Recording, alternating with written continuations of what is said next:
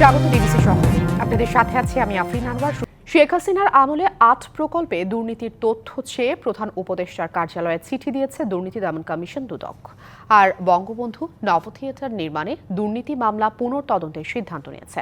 111-এর পর নব থিয়েটার নিয়ে শেখ হাসিনা ৩ মামলায় আসামি হলেও পরে দায় মুক্তি পান।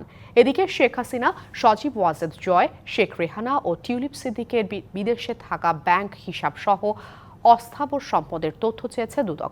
এজন্য বাংলাদেশ ব্যাংকের গোয়েন্দা বিভাগ BFIU-তে চিঠি দিয়েছে দুদক। বিস্তারিত জানাতে যুক্ত হচ্ছেন সহকর্মী আদিত্য আরাফাত। কথা বলবো তার সাথে। আদিত্য, কখন দেয়া হলো চিঠি আর কি তথ্য আছে আপনার কাছে সর্বশেষ বিস্তারিত জানাবেন।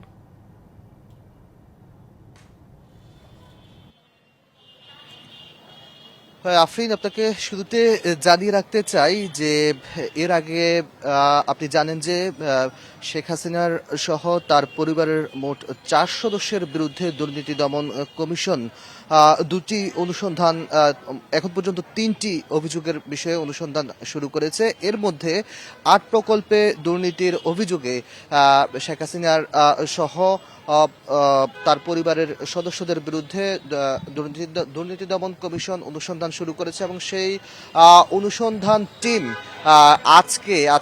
আজকে প্রধান উপদেষ্টার কার্যালয়ে সচিব বরাবর 8টি প্রকল্পের বিষয়ে তারা তথ্যপত্র চেয়েছেন এবং এই তথ্যগুলো দুর্নীতি দমন কমিশনের কার্যালয়ে পাঠাতে তারা বলেছেন। এবং দুদকের নথিতে বলা হয়েছে 8টি প্রকল্পে প্রায় 21,000 কোটি টাকা অনিয়ম দুর্নীতি রয়েছে। সেই তথ্যটি নোটিশে উল্লেখ করা হয়েছে এবং এই তথ্যগুলো দুর্নীতি দমন কমিশনের কার্যালয়ে প্রধান উপদেষ্টার সচিবের কাছে যে চিঠিটি দেয়া হয়েছে সেটি দুদকের প্রধান কার্যালয়ে পাঠাতে বলা হয়েছে। এছাড়া আপনাকে জানিয়ে রাখতে চাই যে নব থিয়েটার দুর্নীতি মামলা, 3টি দুর্নীতি মামলা হয়েছিল 2002 সালে। সেই দুর্নীতি মামলাগুলো থেকে 2015 সালে দুর্নীতি দমন কমিশন সেই মামলাগুলো অব্যাহতি দেয়। অর্থাৎ দুর্নীতি দমন কমিশন গঠন হওয়ার আগে দুর্নীতি দমন ব্যুরো যখন ছিল তখন দুর্নীতি দমন ব্যুরো নব থিয়েটার নির্মাণ প্রকল্পে দুর্নীতির অভিযোগে শেখ হাসিনা সহ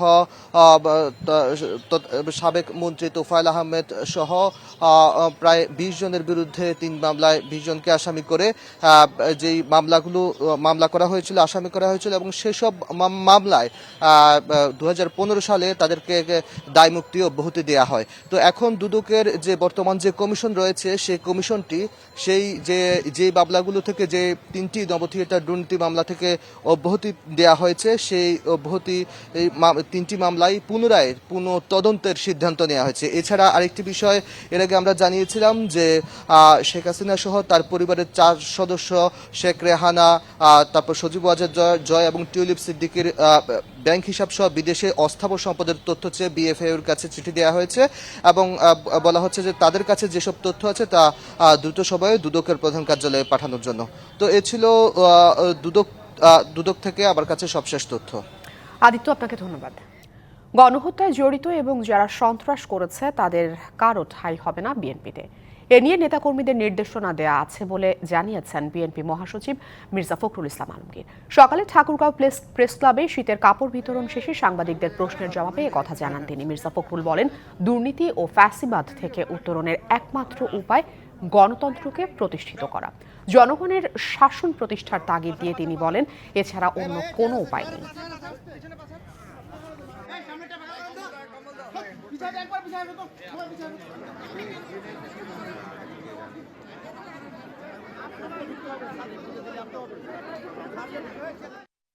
এইটুকু বলতে পারি যে আমাদের এখানে খুব নির্দেশ দেওয়া আছে।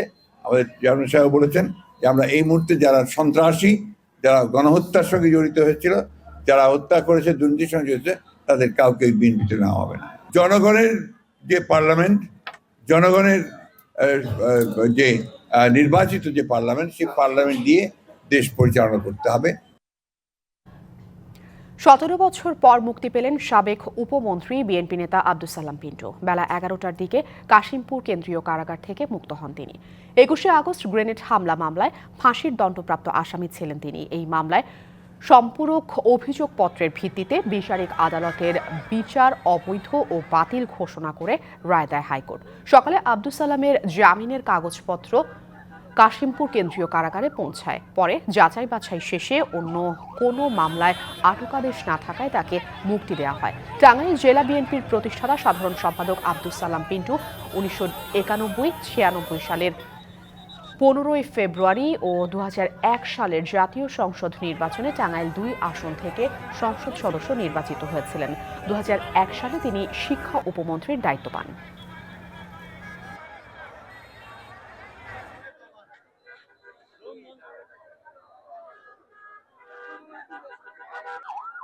আগস্ট আন্দোলনে যারা শহীদ হয়েছেন তাদের বিদেহী আত্মার প্রতি মাগফিরাত কামনা করছি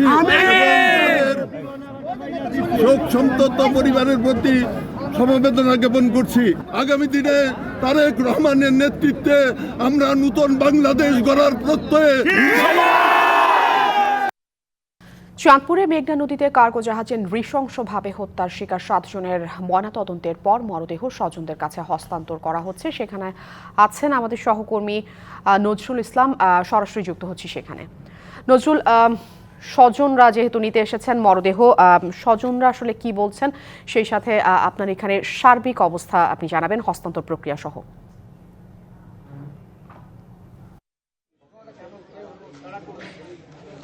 আফরিন, আমি এখন যেখানে দাঁড়িয়ে আছি সেটি চাঁদপুরে, কিন্তু মর্গ চাঁদপুর যে সরকারি জেনারেল হাসপাতাল রয়েছে সেই জেনারেল হাসপাতালের মর্গ মূলত এখানেই কিন্তু যে লাশের ময়না তদন্ত হয়ে থাকে। এবং আজ গতকাল যে দুর্ঘটনাটি ঘটে, যে হত্যাকাণ্ডটি ঘটে চাঁদপুরের মেঘনা নদীতে, সেই হত্যাকাণ্ডের ঘটনায় যে 7 জন নিহত হয় সেই 7 জনের কিন্তু ময়নাতদন্ত ইতিমধ্যে সম্পন্ন হয়েছে এবং এখন আর কিছুক্ষণের মধ্যেই কিন্তু এই মরদেহগুলি কিন্তু হস্তান্তর করা হবে। ইতিমধ্যে ঘটনাস্থলে এসেছেন যে চাঁদপুরের যে জেলা প্রশাসক, পুলিশের এসপি এবং জেলা পুলিশের ঊর্ধ্বতন কর্মকর্তারা, তারা কিন্তু কথা বলছেন যে গণমাধ্যম কর্মীদের সাথে। তারপরেই কিন্তু যে স্বজন রয়েছেন তাদের কাছে কিন্তু এই মরদেহগুলো হস্তান্তর করা হবে।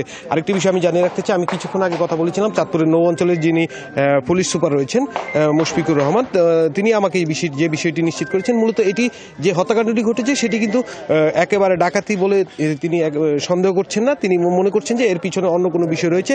এছাড়া যারা স্বজনরা আছেন, যারা এসেছেন, তারা দাবি করছেন যে যত দ্রুত সম্ভব এই হত্যাকাণ্ডের সাথে জড়িত যারা রয়েছে তাদেরকে যাতে আইনের আওতায় নিয়ে আসা হয়।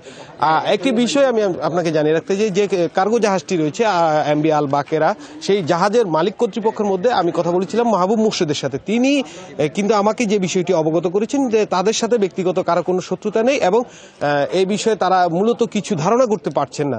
তবে একটি বিষয়ে জানিয়েছেন যে যারা মৃত্যুবরণ করছেন তাদের যে ক্ষতি হয়েছে সেই হিসেবে তারা কিছুটা ক্ষতিপূরণ হিসেবে তারা আর্থিক সহায়তা করার একটি সম্ভাবনা কথা আমাদেরকে জানিয়েছেন। এছাড়াও কিন্তু চাঁদপুর জেলা প্রশাসনের পক্ষ থেকেও কিন্তু আর্থিক সহায়তা প্রদান করা হবে, যেহেতু যারা নিহত হয়েছেন তাদেরকে কিন্তু তাদের নিজ জেলায় নিয়ে যাওয়ার জন্য ইতিমধ্যে অ্যাম্বুলেন্সের ব্যবস্থা করা হয়েছে এবং সেগুলো কিন্তু সারিবদ্ধভাবে রাখা হয়েছে। আর কিছুক্ষণের মধ্যেই কিন্তু স্বজনদের কাছে এই লাশগুলো হস্তান্তর করার পরে সেগুলো হয়তো বা তাদের নিজ নিজ গন্তব্যে পৌঁছে যাবে। এছাড়া যে স্বজনরা যে বিষয়টি আমাদেরকে জানিয়েছেন, যাতে আইনের ফাঁক ফোকর দিয়ে কোনোভাবেই যেন এই ঘটনার সাথে যারা জড়িত তারা যেন ছাড় না পায়। আরেকটি বিষয় ছোট্ট করে যদি বলি, যে চাঁদপুরে যিনি নৌ পুলিশের এসপি রয়েছেন তিনি আমাকে একটি বিষয় নিশ্চিত করেছেন যে চেতনানাশক দিয়ে কিন্তু এই হত্যাকাণ্ড ঘটানো হয়েছে বলে তিনি আমাকে মোটামুটি এইভাবে নিশ্চিত করেছেন এবং তারা আগামী কিছু সময়ের মধ্যেই পুরো তদন্ত শেষে এই রহস্যের খোলাসা করবেন বলে অবগত করেছেন।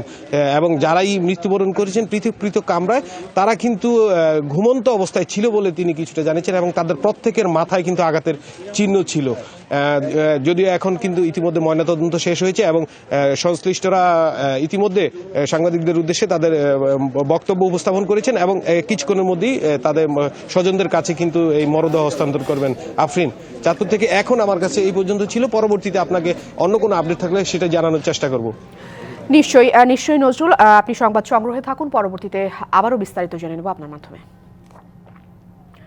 জনপ্রতিনিধির খাতায় নাম লেখাতে ভোটের লড়াইয়ে নিজেদের দেখতে চান জুলাই আগস্ট আন্দোলনে নেতৃত্ব দেয়া শিক্ষার্থীরা। এজন্য নতুন দল গঠনে এগিয়েছে অনেক দূর।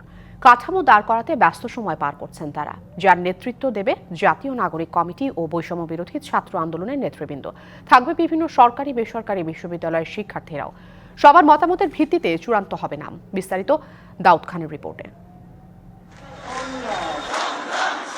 পহেলা জুলাই বৈষম্যবিরোধী ছাত্র আন্দোলনের ব্যানারে সরকারি চাকরিতে কোটা বাতিলের দাবিতে শুরু হয় শিক্ষার্থীদের আন্দোলন। ক্রমেই তার সরকার পতনের এক দফা দাবিতে রূপ নেয়। অবশেষে ছাত্র জনতার গণঅভ্যুত্থানে পতন ঘটে শেখ হাসিনা সরকারের।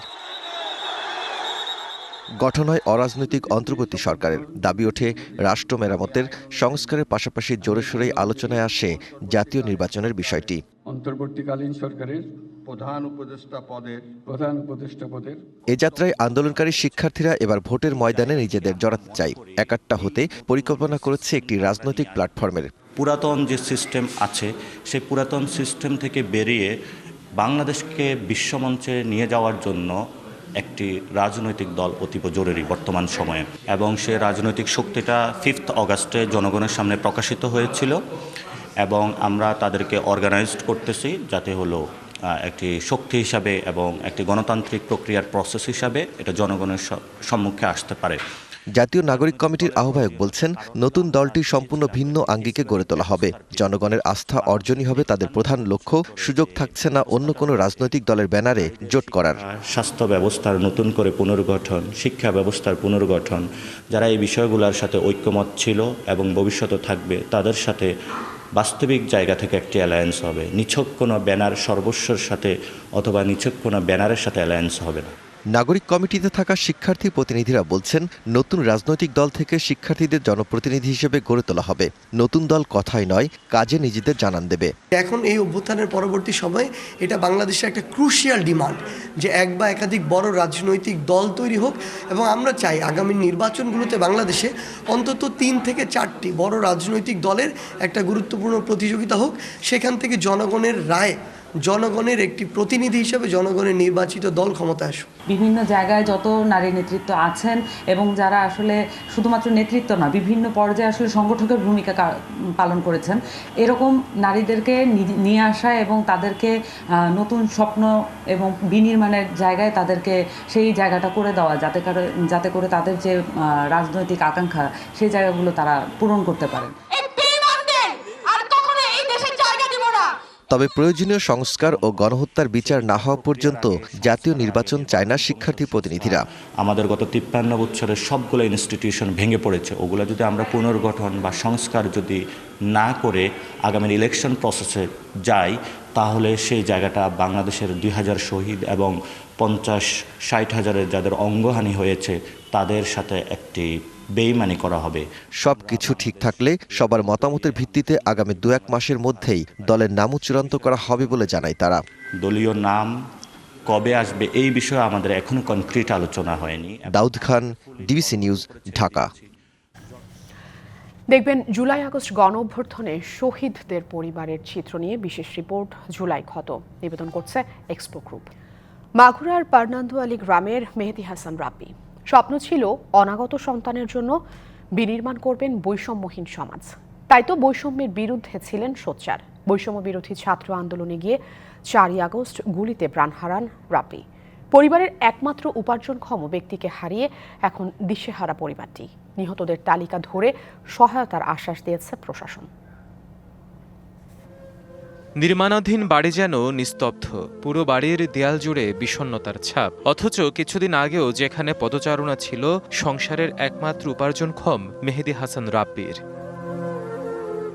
গেল 4ই আগস্ট মাগুরা শহরের পারনান্দুয়ালি গ্রামের নতুন ব্রিজ এলাকায় বৈষম্য বিরোধী ছাত্র আন্দোলনে গুলিবিদ্ধ হয়ে নিহত হন রাব্বি। এরপরই পরিবারে নেমে আসে অনিশ্চয়তার ছায়া। সন্তানহারা মায়ের মুখে এখন শুধুই বিলাপ। আমাকে সব দেখা শুনে ডাক্তার বইটা লাগবে, সব কাপড় লাগবে, চালাতো। এখন তো সে নেই, আমাকে তো সব হচ্ছে, কষ্ট হচ্ছে। অনাগতের জন্য অপেক্ষার মধ্যে স্বামী হারানোর ক্ষত, চোখের জলেই যেন এসব চাপা কষ্টের প্রকাশ রোশনি খাতুনের। শুধু হাজবেন্ডের শূন্যতায় কাঁদাই, কিভাবে চলবো তাও জানি না। আর গ্রুপের সাথে সরকারকে আমার পাশে থাকার অনুরোধ জানাচ্ছি, আর আমার বরের হত্যা মামলার বিচার দ্রুত করার জন্য আহ্বান জানাচ্ছি। ভাই নিজে পরিবারটা চালাতো, হাল ধরে রাখছিল। এখন পরিবারটা চালাইতে হলে একটা স্থায়ী সমাধান দরকার। রাব্বির মৃত্যুতে শোকাহত স্থানীয়রাও। প্রতিদিন যখন বাসার থেকে এই পাশ দিয়ে যাই, প্রায় 4 মাস হয়ে গেল, তা আসলে মনে হয় না। তিনি মারা যাওয়াতে তার পরিবারটা আর্থিকভাবে অসচ্ছলতার সম্মুখীন হয়েছে। জেলা প্রশাসক বলছেন, বৈষম্য বিরোধী ছাত্র আন্দোলনে মাগুরায় নিহতদের তালিকা তৈরি করেছে সরকার। নানাভাবে সহযোগিতা করা হবে তাদের। আমরা চেষ্টা করছি তাদেরকে বিভিন্ন ভাবে সহায়তা করার, এবং সরকারের তরফ থেকে আপনারা জানেন যে যেটা ঘোষণা করেছে ক্ষতিপূরণ দেওয়া হবে, ওইটা এখনও আমাদের কাছে আসেনি। সরকার তরফ থেকে যখন আমরা এটা আমাদের হাতে এসে পৌঁছাবে, তখন আমরা পরিবারগুলোর সাথে যোগাযোগ করে আমরা তাদের কাছে পৌঁছে দেওয়ার ব্যবস্থা করব।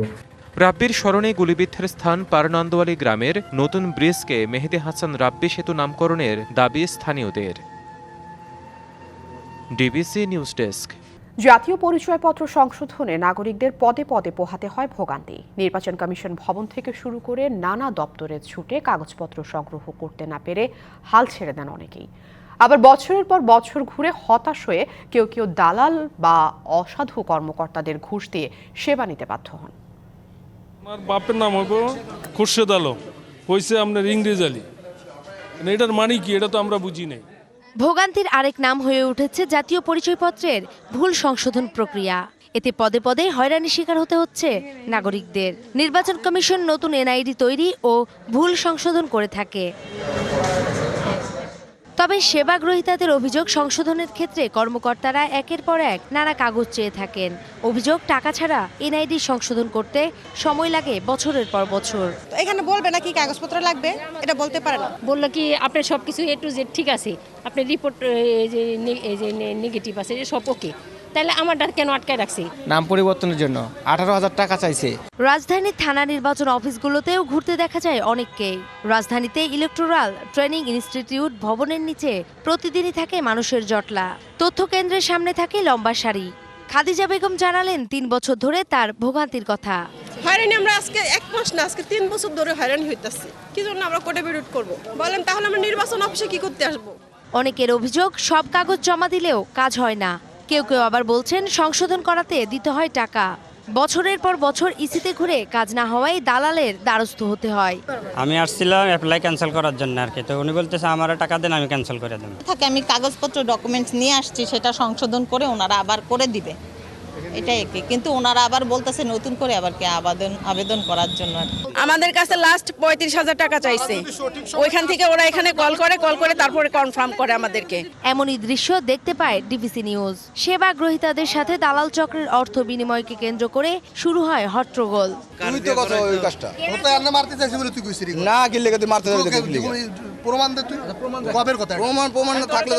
তবে দালাল চক্রের ভাষ্য, পাশে থাকা কম্পিউটার দোকানীদের যারা এমন কাজ করে থাকে তাদেরই সাহায্য করেন তারা। এসব ব্যাপারে কথা হয় এনআইডির মহাপরিচালকের সাথে। তিনি জানান, দুর্নীতির সাথে জড়িতদের আইনের আওতায় আনার কথা। আমাদের এখানে যে বা যারা জড়িত, আমরা তাদেরকে কোনোভাবে ছাড় যদি দেই, তাহলে তো আমরা কাজটি করতে পারবো না। সুতরাং ছাড় দেওয়ার প্রশ্নই আসে না। হয়তো আমি ইনস্ট্যান্টলি আপনাদেরকে সব কিছুর ফল দিতে পারছি না, কিন্তু আপনারা খুব শিগগিরই ফল দেখতে পাবেন ইনশাআল্লাহ।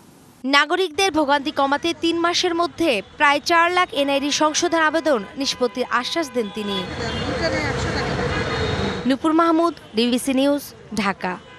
মানি লন্ডারিং প্রতিরোধ আইনে দুদকের মামলায় সাবেক খাদ্য সচিব ইসমাইল হোসেনকে গ্রেপ্তার দেখানো হয়েছে। সকালে ঢাকা মহানগর সিনিয়র স্পেশাল জজ আদালতের বিচারক এই আদেশ দেন। পরে তাকে কারাগারে পাঠায় আদালত। 65টি ব্যাংক অ্যাকাউন্টে সাবেক খাদ্যমন্ত্রী সাধন চন্দ্র মজুমদার সন্দেহজনকভাবে 43 কোটি টাকা লেনদেন করেছেন। এর সঙ্গে ইসমাইল হোসেনের সংশ্লিষ্টতা রয়েছে বলে তদন্তে বেরিয়ে আসার দাবি দুদকের। এর আগে শনিবার যুক্তরাষ্ট্র যাওয়ার সময় বিমানবন্দর থেকে ইসমাইল হোসেনকে গ্রেপ্তার করে পুলিশ। পরে অপরাধের সাথে সংশ্লিষ্টতার সন্দেহে 54 ধারায় গ্রেপ্তার দেখিয়ে তাকে 2 দিনের রিমান্ডে নেওয়া হয়। খুলনা থেকে ঢাকা রেল সেবায় খুলল নতুন দুয়ার। খুলনা থেকে নড়াইল হয়ে পদ্মা সেতু দিয়ে 4.25 ঘন্টায় ঢাকা এলো জাহানাবাদ এক্সপ্রেস। ট্রেনটি পৌঁছানোর আগে কমলাপুর রেল স্টেশনে ব্রিফিংয়ে রেল পথ উপদেষ্টা বলেছেন, ব্যয় কমানো না গেলে প্রত্যাশা পূরণ সম্ভব নয়। দীর্ঘদিন ভর্তুকি আর দেয়া হবে না বলেও এ সময় হুঁশিয়ারি দেন তিনি।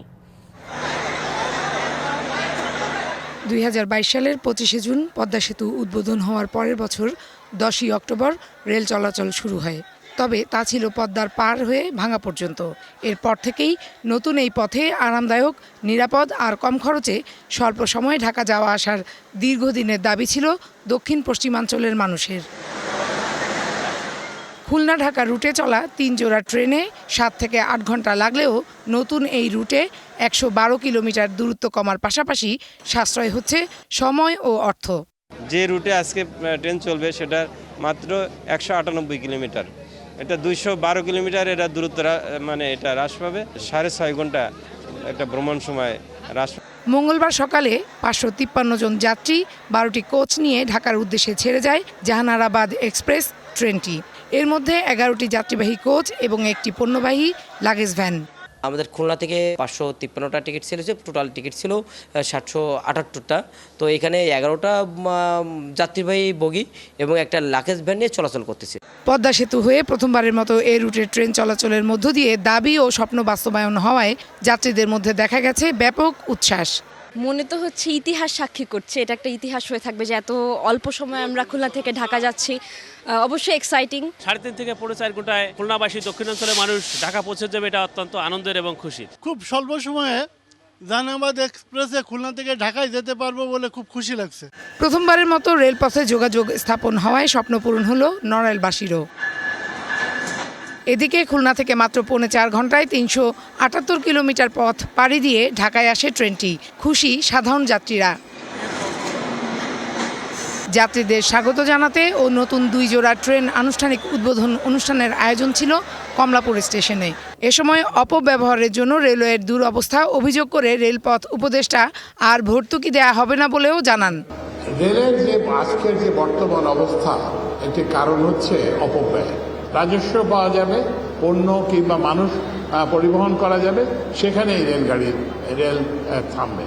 রেলওয়ে একটি বাণিজ্যিক প্রতিষ্ঠান, রেলকে তার আয় দিয়ে তার ব্যয় নির্বাহ করতে হবে।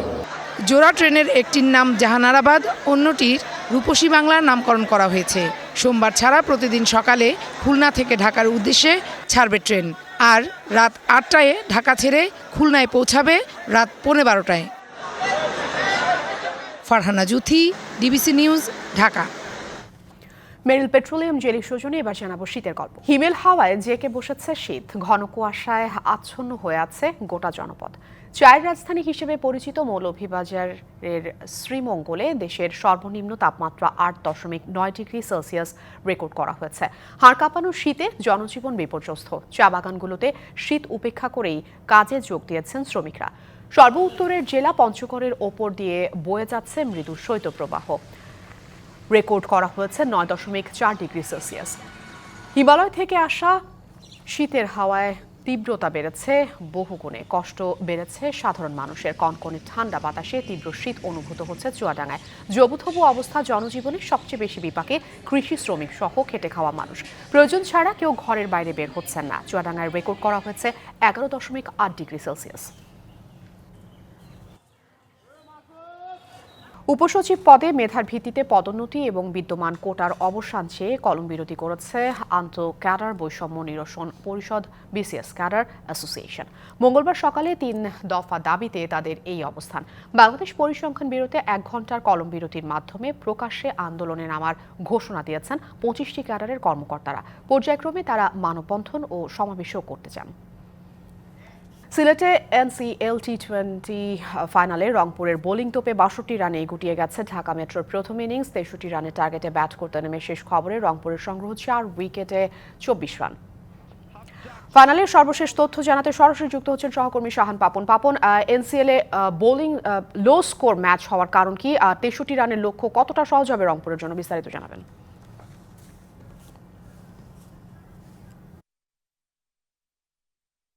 আসলে আমরা যেটা দেখতে পাচ্ছি যে লো স্কোরিং ম্যাচে হাই ভোল্টেজ সাসপেন্স সেটাই বোধহয় হতে যাচ্ছে। এবং আমরা এর আগে যেটা দেখেছিলাম যখন ঢাকা মেট্রো ব্যাট করছিল তারা কিন্তু আসলে 18 রানে 5 উইকেট হারিয়ে ফেলেছিল। সেখানে আমরা যেটা দেখতে পারলাম ঠিক মানে একইভাবে যেন চলে আসছে। 14 রানে 4 উইকেট হারিয়ে ফেলেছে রংপুর বিভাগ। সুতরাং যে এই যে লো স্কোরিং ম্যাচটা যেখানে আসলে দর্শকরা প্রত্যাশা করেছিলেন যে একেবারে মারমার কাট 4 ছক্কার ম্যাচ হবে এবং পরবর্তীতে সেটা ডিফেন্ড করতে গিয়ে একটা সাসপেন্স তৈরি হবে, সেটা হচ্ছে না। তবে লো স্কোরিং ম্যাচে যে সাসপেন্স টা তৈরি হচ্ছে, এখন কিন্তু দর্শকদের হার্টবিট বাড়তেই পারে যে আসলে কে জিততে যাচ্ছে, কে হারতে যাচ্ছে, এরকম একটা বিষয়। তবে এর পেছনের স্টোরিটা যদি বলতে চাই তাহলে আপনাকে জানিয়ে রাখি যে গেল 20 দিনে 20টা ম্যাচ গড়িয়েছে এই মাঠে, এবং সেই 20টা ম্যাচের মধ্যে 3টা ম্যাচ ছিল আয়ারল্যান্ড ভার্সেস বাংলাদেশ নারী ক্রিকেট দলের টি20 সিরিজ 3টা, বাকি 17টা ম্যাচ এনসিএল এর। এবং সেই 17 ম্যাচের মধ্যে 14টা ম্যাচ এবেলা ওবেলা গড়িয়েছে এই মাঠে, অর্থাৎ সিলেট ইন্টারন্যাশনাল ক্রিকেট স্টেডিয়ামে 14টা ম্যাচ গড়িয়েছে, সকালে একটা বিকেলে একটা, এইভাবে 14টা ম্যাচ গড়িয়েছে, এবং বাকি 3টা ম্যাচ ছিল আপনার কোয়ালিফায়ার এবং এলিমিনেটর ম্যাচ দিয়ে আর কি। সুতরাং সহজে বোঝা যাচ্ছে 17টা ম্যাচ যদি একটা গ্রাউন্ডে 20 দিনের মধ্যে হয় এবং তার সাথে আরো 3টা ম্যাচ, সেই গ্রাউন্ডের কি অবস্থা হতে পারে এবং সেই উইকেটের কি অবস্থা হতে পারে, যার জন্যই দেখা যাচ্ছে যে উইকেট স্লো হয়ে গেছে এবং বল খুব ধীর গতিতে ব্যাটে আসছে এবং হাফ হার্টেড শট খেলে ব্যাটসম্যানরা আউট হয়ে যাচ্ছে। দেখার বিষয়। আপনাকে ধন্যবাদ। সংবাদ এই ছিল এখনকার মতো, ডিবিসি নিউজের সঙ্গেই থাকুন।